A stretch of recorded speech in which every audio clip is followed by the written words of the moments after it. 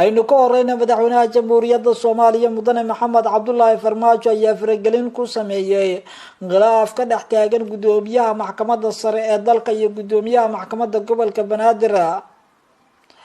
wararka aynu ka helayno fila Soomaaliya ayaa sheegayaan madaxweynaha Soomaaliya uu go'aan ka gaari doono khilaafka culus ee u dhaxeeya gudoomiyaha gobolka Banaadir ee maxkamadda iyo sidoo kale gudoomiyaha maxkamadda sare ee wadanka oo labadoodu muddooyinkii dambe uu khilaaf ka dhex taagnaa.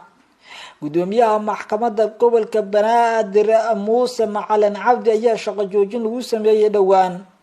khilaafka labada mas'uul ayaa soo jiitamaya dhowrkii toddobaad ee la soo dhaafay. gudoomiyaha maxkamadda sare ayaana qaatay tilaabo uu shaqadii uga joojiyay gudoomiyaha maxkamadda gobolka Banaadir taasoo xiisadda cirka ku sii shareertay. wararka aynu helayna waxa ay sheegayaan in dhinacyada kala duwan ay u gudbiyeen madaxweynaha tabashada ay qabaan, isagoona madaxweynuhu sheegay inuu xalinayo arrintaasi. lama oga sida madaxweynuhu u xalin doono iyo tilaabada uu qaadan doono inuu xilka ka qaadi doono mid kamid ah iyo inuu labadooda isku keeni doono ay wada shaqeyn doonaan. sidoo kale wararka aynu helayna waxay sheegayaan in khilaafka labada mas'uul uu salka ku hayo arrimo la xiriira muran ka dhashay arrimo lacageed iyo sidoo kale laba qofood oo ka tirsan shaqaalaha maxkamadda gobolka Banaadir oo mid kamid ah loo xiray eedeymo musuqmaasuq muddadii uu xilka hayay gudoomiyaha maxkamadda gobolka Banaadir, iyadoona sidoo kale la sheegay in dhinacyada kala duwan khilaafkoodu uu saameyn ku yeeshay howlihii maxkamadda. lama oga nuuca go'aanka madaxweynaha Soomaaliya Maxamed Cabdullaahi Farmaajo uu ka qaadan doono khilaafka u dhaxeeya gudoomiyaha maxkamadda sare ee dalka iyo sidoo kale gudoomiyaha maxkamadda gobolka Banaadir.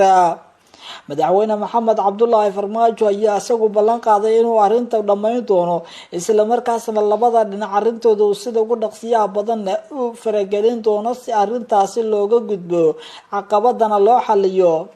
dhawaan gudoomiyaha maxkamadda sare ee dalka Baashe ayaa waxa uu qaatay tilaabo uu shaqaalihii gobolka Banaadir ee dhanka maxkamadda isku shaaneyn ugu sameynayo, isagoona kusimo ka dhigay nin kaleete oo ka madax banaan gudoomiyaha maxkamadda gobolka Banaadir, isagana shaqo joojin ku sameeyay taas oo ka dhigtay in muranku cirka isku shareero isla markaasna madaxweynaha Soomaaliya qasab ka dhigtay inuu soo farageliyo.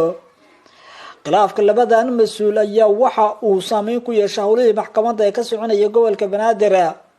gudoomiyaha maxkamadda gobolka Banaadir ayaa muddadii uu xilka hayay waxa uu qabtay waxyaabo ay ku amaaneen qaar kamid ah dadka Muqdisho oo ay kamid tahay soo celinta dhulalka la kala haysta iyo guryaha dadyow ee dadka kale ay degan yihiin magaalada Muqdisho.